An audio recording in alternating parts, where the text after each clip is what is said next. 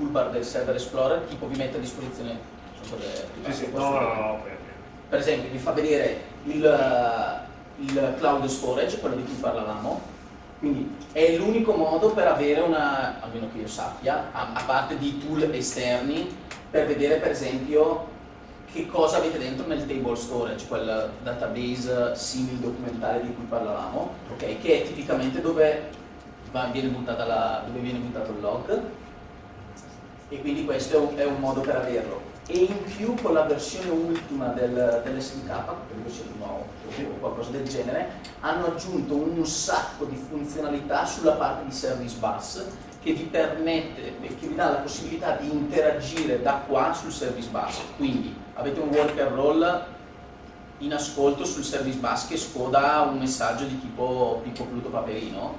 Voi da qua potete fare push direttamente sul service senza crearvi un progetto e cosa, cioè vi dà sia la possibilità di scrivere che leggere dal service bus in maniera molto intuitiva. Quindi nel momento in cui state sviluppando le applicazioni questo diventa molto comodo, perché, e non solo, nel momento in cui scodate dal service bus vi fa vedere nella tab delle property il messaggio che vi è arrivato, che proprietà ha, di che tipo è e così via. Nel worker role dov'è il tool di ingresso del service bus?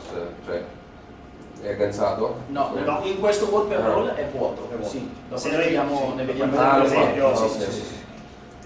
Sì, questo è un worker role vuoto, cioè praticamente fa un while true e sta lì, ed è il template di default. Se Mauro avesse scelto quello, cos'era worker role with service bus, new worker role project, worker role, si chiama così, era già, scusate, worker role with service bus queue, c'è già dentro.